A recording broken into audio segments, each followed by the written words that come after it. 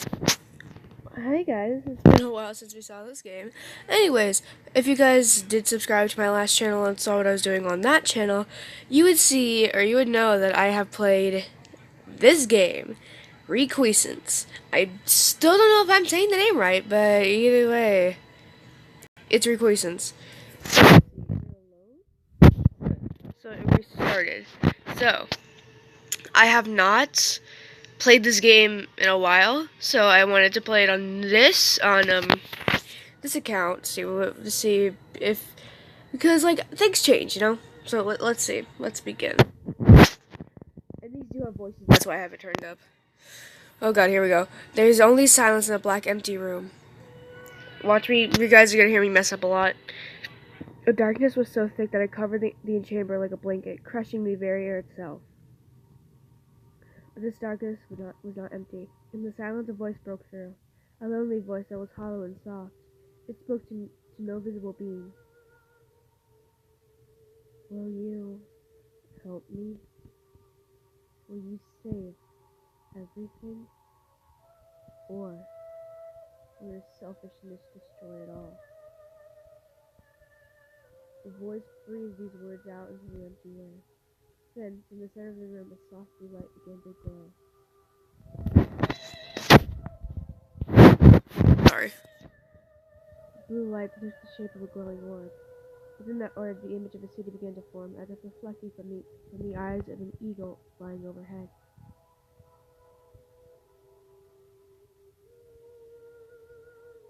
The realm reflected in the depths of the orb was one powerful, peaceful kingdom spread throughout the continent.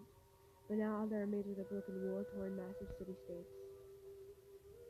When the last king was assassinated over 300 years ago, the world was suddenly plunged into chaos. With no living heir, the crown was fought over by the king's vassals. Each insisted that they had some claim to the throne, nor was it just the crown they struggled over. Former allies sought to murder one another, whether it was over position of great power or the smallest scraps of land. No one knew why the world had fallen so quickly into chaos and decay. Darkness sprouted even in the saddest man's heart, turning them against their people in the blink of an eye. Trust, honor, and loyalty all were relics of the past. Ruthlessness was the only way he could survive, but there was always someone else more cold-hearted, more clever, and more ambitious. It was as though a sickness curled like a serpent throughout the realm, squeezing tighter and tighter with each passing year. But there was no cure for it, only empty hope that one day the world would be restored. The continent was called Requiescence, named after the kingdom that now lay in ruins. It had once been grassy and fertile, but now all of its small parts of the land were ravaged and barren. To the north stood snowy mountains, and the southwest there lay a broad strip of desert, populated mostly with mages and merchants. The capital in the east was a beacon of hope in the ravaged world, but even there, corruption roots had taken unshakable hold. And in the far west, the dead quiet plains kept away any traveler seeking other realms. It was once said that there were lush fields, full of soft grass and rich flowers, but after the king's death, they all had gradually decayed into lifelessness, and the decay seemed to spread further every year. One day, perhaps they would swallow even the city.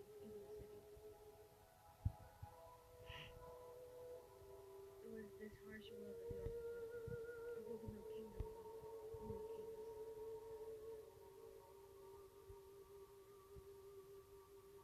Alone, I will fail, but together, we can save everything. Sorry, I don't like speaking my opinion much, because it's like I've like listened to this a bunch of times before, and it doesn't change a thing. So I'm sorry, and also I'm very sick. So if you hear me sniffle a lot, don't worry, you're not gonna catch a cold. I hope. Within the blue orb, the image of a world faded away, replaced with the shape of a single small shadow. A hand reached out, touched the orb, slender fingers tracing lonely across the dark figure. Come to me. I need you. The light flickered. For a few moments longer, it tried to keep shining, its blue rays casting a cold candlelight glow around the empty room.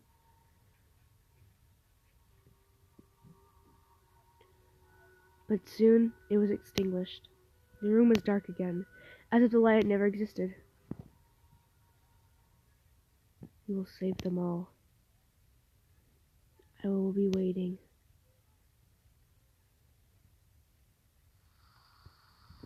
And here's where it starts. Tall gray spires reaching towards the sky. I can see them on the horizon just over the edge of the hill. They're like long slender needles stabbing up into the bleak sunset. For a moment I'm so absorbed in the sight that I can hardly hear my horse's hooves scuffling against the dead dry plains. These spires. They're the crown of a huge towering structure. A cathedral. My destination. My sole reason for riding through this hellish wasteland. I've been searching for this place since my uncle died several years ago, but there was never any guarantee it was real. Until now. Even as I gaze up into the huge mountain of a black tower in the distance, it feels like I'm lost in a dream. Good work, Ella. You've come a long way. Oh god, I missed you, Kaimil. Oh my god. I reached down to put a hand on my horse's shaggy white mane. How many leagues have we traveled to get here? I've lost count. I've stopped bothering to keep track of days now. Now I just count how long it's been since the last exciting thing happened. Let's see. Well, I managed to find drinkable water this morning. And last week, I narrowly escaped a pack of wolves. As for the last time I saw another human, it had been months at least, maybe more. As I ride closer, I could tell my horse is uneasy. She's been jittery ever since we first entered the dead plains. At night, things get even worse. I'm afraid she's going to try and run away from me. But so far, she's stayed by my side, although obviously with some reluctance. I can't blame her. The sight of this cathedral towering in the distance makes me feel nervous too. It's more of a mountain than a structure. To call it massive doesn't even do it justice. It makes me feel small, insignificant, like a speck of dust in a giant shadow. Not a very welcoming sight. The closer we ride, the more daunting it becomes. It feels like ages before we finally get close to the entrance. I still have the sensation I'm in a dream, but no, this is real. It has to be real. I guide Ayla to a halt, and an uncomfortable sense of dread and excitement churns in my stomach while I dismount. I guess this is it, girl. After stretching my legs, I reach out to untie my pack from my saddle. The rest of my food, water, and few personal belongings are in there, along with a few gold coins. I fasten the pack straps to my shoulder with a faint grunt. I turn to look at the cathedral's doors properly. Two looming slabs of black stone tower imposingly over me. Even the ornate silver rings used to pull them open are twice the size of my hand. I take a hold of Ayla's reins and lead her up to the doors, walking on the murky ground as I gaze upward. Despite my excitement, a strong sense of foreboding threatens to overwhelm me entirely. Just a hole of muddy water. But in the dead silence, the sound was so sudden it made my heart skip a beat. I should be more on my toes. Only the gods know what monsters lurk within this place. Sighing to myself, I pause to look down at my reflection in the murky puddle I step in. This long journey made me look gaunt and older than I actually am. I turned 19 a few weeks ago, but I'm not sure. It feels like decades have passed since I first set out, even though I think it's only been about a year. Time starts to distort quickly when days and nights look the same. Bruh, this man's been out for a year. No. His parents don't even go. I think his parents are, like, worried sick. But, like, he doesn't care. Exhaling a deep breath, I reach out towards one of the giant door's handles. My fingers slide around the cooling metal ring. The solid sensation sends shivers down my spine. It's not a dream. I've come so far waited so long. Why? Why? Half of the time I was writing, I found myself doubting that this place was even real. But every time the thought of giving up entered my mind, I forced it away. I'm here because I have to pursue something. I remember, I used to call him Gideon. My uncle Gideon? Gideon? Like something like that. But it's Gideon. I'm sorry. I couldn't speak words back when I was like 11. You know, I was the same age. I'm 12 now. I'm not even any older. My uncle Gideon couldn't, and I can't let him down. Gritting my teeth, I summon all the strength I have and pull back the handle as hard as I can. And a blinding flash of white light. I'm finally here. Should I put on my, should I put on my face mask?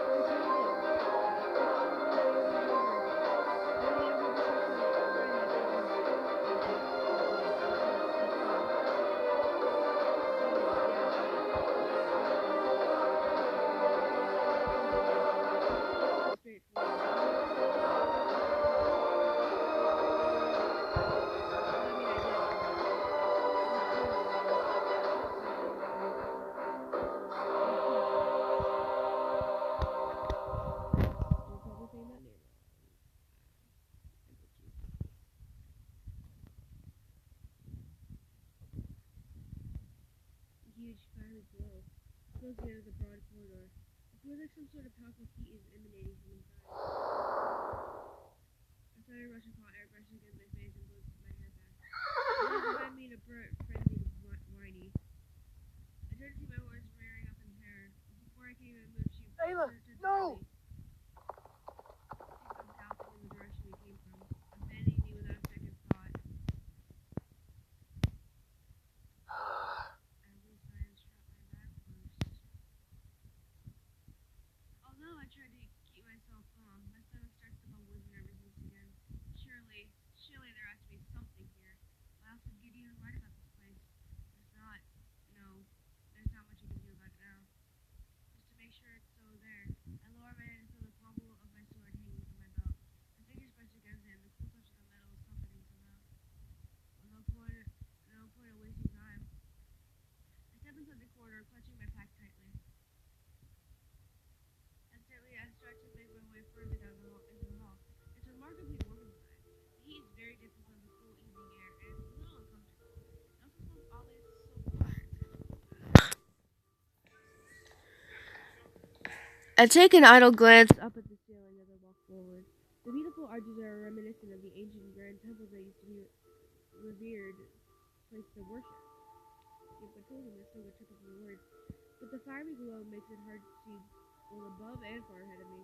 When I glance back over my shoulder after walking for a minute, I can't even see the exit anymore. It feels like the cathedral's swallowing me. Why am I being so melodramatic? It's a creepy, lonely place, sure, but at least I finally found it. So far, it seems a lot like how my uncle described it in his notebook. A huge dark place with an aura of foreboding hanging around it like a cloud. He told me he never set foot in there himself, and only knew about it from his research, but his description seemed very accurate. Pushing my bangs back from against my forehead with a hand, I head further into the opaque glow, listening to my footsteps softly echo back to me. Opaque means like clear. I have not drank anything all day. Well, I mean, I have still. After walking for a while, I curiously reach out to brush my fingertips against the wall. The stone feels warm, and soft grooves curve gently under my hands. I think I can make out what looks like runes, or some sort of strange symbols, and I can't place their origin. But I see familiar symbols. I frowned, giving a shake of my head as I continued down the hall. I wonder where I could have seen them before. Come to think of it, they look similar to the rune sketched in my Uncle Gideon's notebook. If only you're here now to see what this will be. I feel a little pang in my chest as I picture his face. The gaunt way he looked the last time I saw him. I wonder if he's watching me from whatever afterlife there might be. My thoughts drift idly as I keep heading towards the distant glow. It's gonna be in a bunch of parts. It feels like I've been walking for a solid hour. The walls, the ground, the light, everything looks the same as when I first entered. I'm starting to wonder, am I even moving forward? Just as I begin to doubt my sanity, suddenly something flickers in the distance. I blink a few times. It's still there, shimmering and rippling in the fiery light. Is that the end of the corridor? My chest tightens with hope. I break into a sprint, send my footsteps bouncing off the walls. Louder and louder as I put my weight in each stride. The glimmer in the distance is getting brighter, brighter and brighter until the foot hit the ledge and I hurtle forward. I managed to catch my balance. After a moment, I realized the reddish golden glow of the fog is gone. I glanced over my shoulder, find it's still obstructing the corridor I came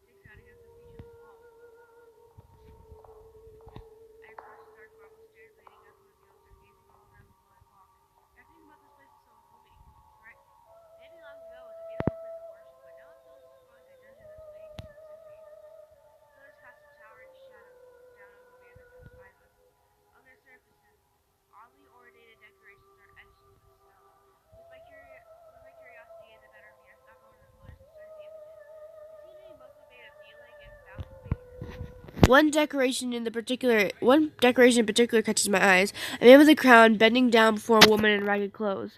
There are some others similar to it etched nearby. Both different figures. They're beautifully drawn, but so faded that they give off an eerie, nostalgic feeling. I wonder who made them. Sorry, I'm talking really fast. I finally reach the dais and ascend the steps towards the altar. When I examine it, I'm a little surprised at how mundane it looks. A short, lonely slab of gray marble with minor faded decorations on its front and sides. I lean in to get a better look at its surface, and I can see runes etched into the marble. I can actually read these runes, unlike the altar itself, which seems very old. The markings look surprisingly recent. I trace his finger along the grooves, frowning as I try to figure what the symbol means.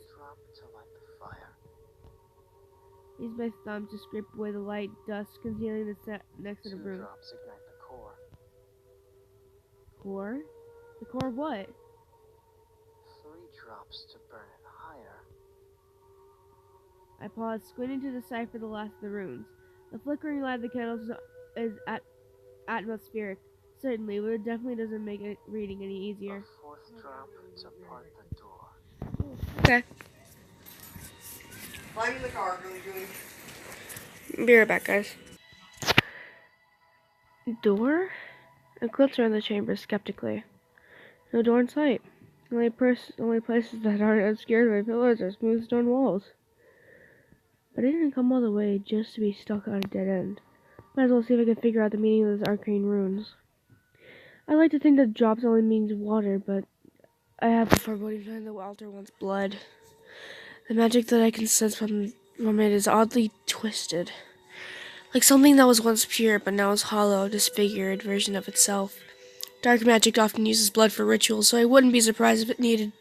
if it's needed for this one. After a moment of hesitation, I reach down, grasp my sword, and draw it out. The familiar sound of metal scraping against the scabbard echoes in the large chamber. It's an ornate blade. Its hilt decorated with twin carvings of lion's head. I'll admit that the sword is more ornamental than functional, but I've kept the blade sharp enough to cut skin. I bring the edge to a thin gash on my forearm. I've gotten the wound from twisted and turning on a rocky ground in my sleep. It just closed a few days ago, but a soft brush of the blade against my flesh makes the red line easily slit open. Oh my god, my throat. I told you guys, I'm sick. I grit my teeth from the spark of pain that wells around the spot. Slowly, blood begins to trickle from the cut, and I raise my arm over the altar. 1 drip. A single drop splashes into the altar. Nothing happens. I raise my eyebrows, sheathing my sword, and place my hand atop the wound to keep further blood from spilling out of it. Seconds pass and nothing happens. I knew I was fool to think this would work. But then... the blood sinks to the marble of the altar. It makes a loud hissing noise and I jump back in surprise. The marble looks dry, as if my blood never spilled on it at all. This is too weird. I drop my sword back out again and turn to hastily glance around the room. But I don't see anything or anyone. Then in the corner of my eye, a flash of red by the edge of the chamber. I shoot a glance on my right to see a torch now lit on the wall. It blazes with a vibrant red flame. Next to it, though, is the only featureless sort of the wall. The torch looks so isolated that I cannot but wonder its purpose. But it definitely hadn't been lit before. Maybe this really does have a chance of working, even though it gives me a horrible feeling. With some reluctance, I take my hand off the wound and where the cut is still oozing small crimson drops. I tilt my arm a little bit, letting a trickle of blood trail down my wrist. Another fresh drop falls into the altar, and then a moment later, hiss, and a loud sound makes me more than a little uneasy. But the wait is shorter this time. Before long, I hear the sound of flames growing louder. What the? I swear, I just heard something like a far-off explosion. It seems really distant, but still. I quickly glance over the new ignited torch. Just beside it, I can see a glowing ring on the stone. It has the same ethereal crimson gleam as the torch beside it. 2 drops ignite the core. I turn back to the altar. The 3rd drop. There's so much anticipation flowing through me that I can't even feel my own wound stinging anymore. Oh crap. But I can see that it's still bleeding. I gingerly let another droplet fall from my forearm onto the marble.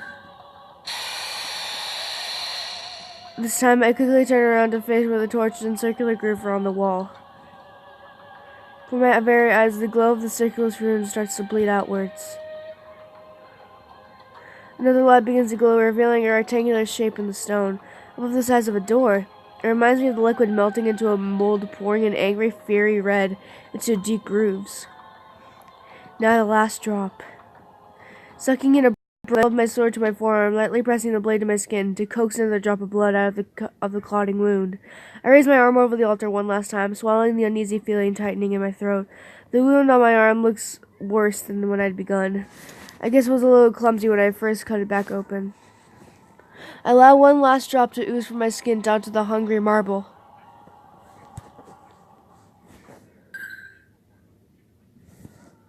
Drip. There was no hissing sound this time. And then I heard a sudden deep cracking noise. I almost don't want to look at the door, but I force my gaze back towards it. That circular rune in the door. It's now split half by a slender black line. A line that runs a jagged course from the top to the bottom of the frame. It splits the stone open like a lightning bolt. The markings on the altar bleeds a red glow, shimmering unnervingly. A 4th drop to part the door. Yeah. I cover my arm back up with my sleeve, not paying much mind to the faint stinging of the cut. Sheathing my sword slowly, I can't help but wonder if I've done something horrible by using this dark magic. Probably. But Brittany, why? What did you do? She just sent a picture of me in her class. But at least I have to move forward, and right now that's all that matters. Or so I repeat in my head grimly. Just as I'm about to turn away, I notice a set of faded and much older-looking runes on the side of the altar. I hadn't seen them there before. Might as well read them to see if they're anything important. Let's see. Carry the way of your pride. Kneel down before the ascent. Bear the lashes you cannot hide. Straighten what the world has bent. Pride, ascent. Does it mean anything, or is it just an old chant? Besides, if there are 7 flat lines etched to the shape of the stone stacked on top of each other in a strange fashion... 7. I wonder if that number is significant at all. There's not really enough information to even hazard a guess. I doubt it means much of anything, but that number 7, it burns through my brain for some reason. I don't really understand. 7. Sighing to myself, I shrug and turn to descend the steps of the dais. Just as my foot hits the last step, I reflexively jump back from the bright flash of red light. What forms before me leaves me stunned for a long moment. A tall figure, clad in white robes. His red eyes look like smoldering embers burning directly into me as he stares my way. In his hand is a long wooden staff, one that looks remarkably ancient and weathered. Is this a spirit? He takes a step closer. Stay where you are! I quickly pull out my sword, pointing at the figure's head. But he doesn't seem to care. Instead, he just draws closer, taking slow steps. Until he stands only a foot or so away. From this close distance, I can see that this figure's pale skin is marked by splatters of odd translucent patches glimmering unnervingly. Those red eyes stare unblinkingly down at me, as if it's trying to read the contents of my soul. What do you want from me? My voice nervously spills out as I clench my fingers around my sword. Something about his gaze makes me feel like my energy is being drained out of me. I brandish my blade, threatening at him, forcing myself to meet his crimson eyes. But the next moment, I hear a low, husky sound. Laugh?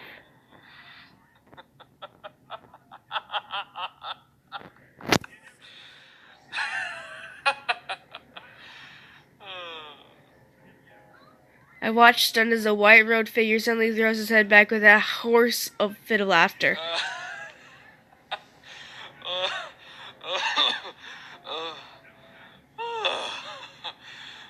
my. His voice is deep and thick, like an old and neglected instrument full of dust. I have no clue what he finds to be so amusing, but I'm relieved that he isn't attacking me. Eventually, he regains his composure, and he fixes me with a sudden rigid smirk.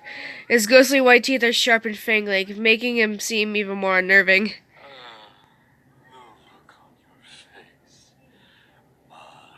I'm going to miss doing this. It baffles me, but I can't sense any hostility from him. Instead, he just leers at me with a slight, pleased narrow of his red eyes. I don't sheath my sword, but I lower it slightly, mustering my best glare to throw at him. What are you? In response, he tilts his head tauntingly to one side, lips curled into an obscenely confident expression. What am I? A very good question, indeed. The figure in white robes gazes at me with an intensely curious stare, so piercing that it makes my blood run cold. I don't often show myself to visitors, but I thought I smelled something unusual. And here you are. Answer me! Who are you, and what is this place? Calm down, Kaimio. Rather than replying, the creature just shakes his head with a chiding click of his tongue. I can't help but stare at the unsettling translucent patches on his skin and clothes. It's like something ate holes out of him and spiders spun webs in the gaps. So uncourteous. Clearly youth today aren't as educated in manners as they used to be. Despite his ghastly, ethereal appearance, his words and drawling tone are strangely laid back. But his expression finally fades to a more mild one, and his red eyes narrow faintly at me. I believe I had a name many eons ago, but I don't remember it any longer. I think your name was... No, I was about to say Sirius. No! Sirius Black. No. Now I'm just thinking of the band. Ska. Sikar, that's your name. Sikar, that's his name. Oh, now I remember. Once, though, I lived my days as a monk within these walls. Dude, I remember you, Sikar. You are a good guy, I think. Yeah, you're a good guy. You deserve love. Sorry. Once. Are you a spirit? Perhaps something close to that. I'm not the last of my kind. You'll see. There were once many of us here. Half an army's worth. After pausing for a moment, the monk slowly begins to circle me with slow, lingering steps. I'm going to end it here because I can.